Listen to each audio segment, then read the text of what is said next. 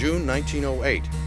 While negotiations to buy the property continue, the War Department leases Pine Plains for a month of maneuvers. It will be the first time that regular Army soldiers use the land for training. Over 3,000 troops arrive.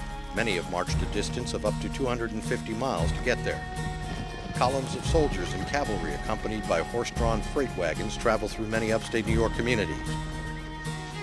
In addition, about 8,000 National Guard and Reserve troops from the New England and Mid-Atlantic states will rotate through the encampment over the 4 weeks.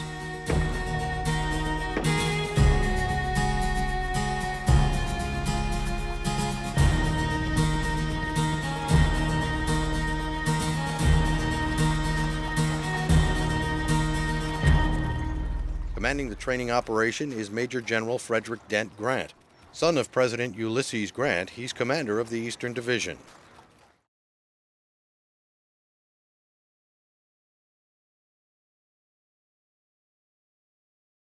Some of the individuals getting a slice of the pie are local peddlers who often travel through camp selling fresh produce and merchandise.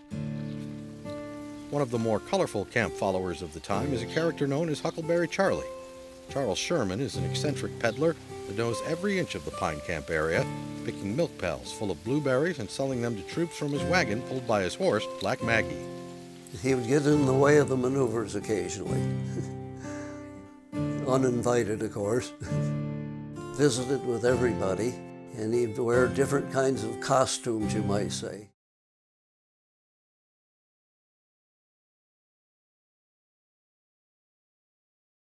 More than 400 horses belonging to a field artillery unit break out of their corrals and terrorize the nearby countryside for miles.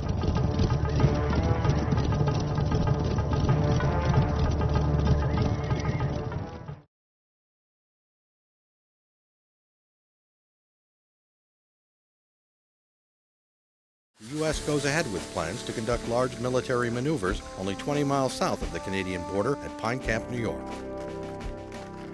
3 months after the New York Times article appears, 36,000 soldiers participate in exercises pitting opposing forces in a scenario featuring a motorized invasion of Canada.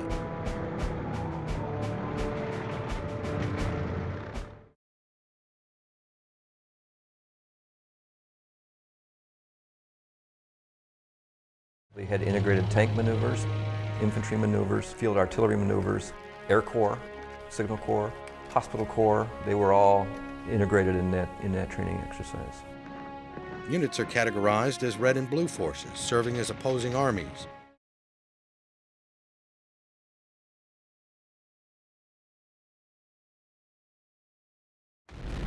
One night, onlookers are able to watch a night bombing attack on the headquarters at Great Bend near Pine Camp. They'd have searchlights, and the crowds of people from the area would go up there and observe those airplanes dropping flares and different things.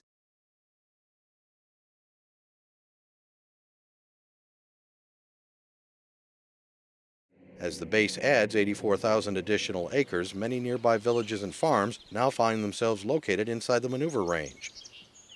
The federal government informs residents in the area they'll need to move and employs the largest use of eminent domain in New York State history to take the land. The locals have no choice in the matter. Nearly 2,000 people whose families had lived on the land for generations will lose their homes and businesses. My dad had 2 farms on the camp, and he figured he was set for life until they told us we're going to have to move.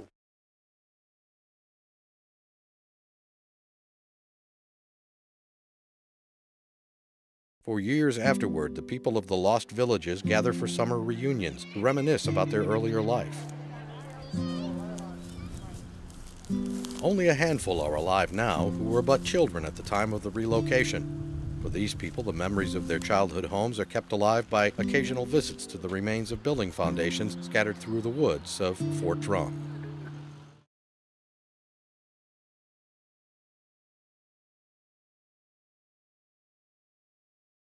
In charge of training tank crews in one of the 4th Armored Regiments is a 1936 graduate of West Point. Captain Creighton Abrams serves as assistant commander of the 7th Armored Regiment, later to become the 37th Armored Regiment, soon to make a name for itself in the battle for Europe. Abrams, his wife Julie, and their 2 children move into a house just outside of Pine Camp in the village of Black River. As the training gets underway, Abrams, known as Abe, is given only 1 tank to train the entire regiment and finds clever ways to practice. He had to train tank crews to be able to work together as a tank crew with no tanks. Obviously, that's a pretty daunting challenge. That's a tough job. Here's how Abrams solved that.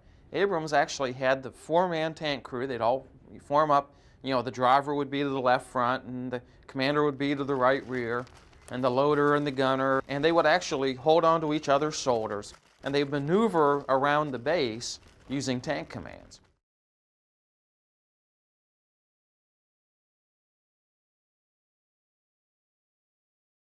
Among the soldiers, a young cartoonist named Bill Mauldin. In his autobiography, The Brass Ring, he describes his experiences while stationed at Pine Camp. We learned to dig foxholes in ice. Never saw the actual ground there. And how to survive in 30 below weather with brisk winds across nearby Lake Ontario, driving the frost factor down to about 80 below.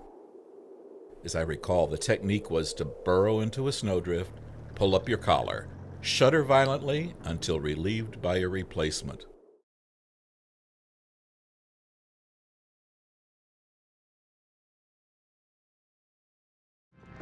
In 1984, the Army announces it's forming a new division that will be part of the 18th Airborne Corps. The 10th Light Infantry Division is activated, and Fort Drum will become their home.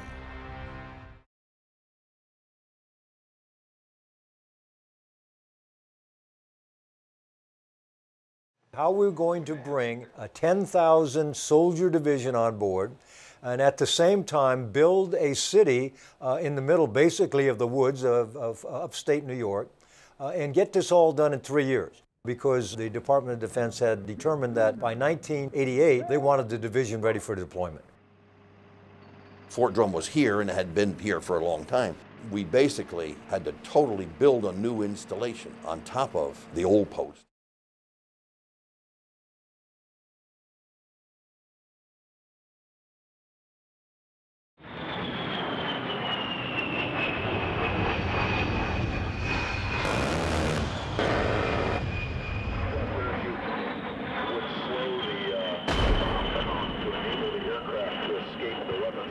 The air-to-ground gunnery range is used for practice by numerous Air National Guard units, which drew in all sorts of aircraft, mainly Syracuse, Connecticut, Massachusetts. It drew in a whole lot of aircraft. We've had Navy aircraft come up to use the range. But the important part of that was recognizing the fact that you had a full active duty division training, you had Guard training in the summertime, you had Navy training in the summertime, so you had all of this total force was always training, but it was never integrated.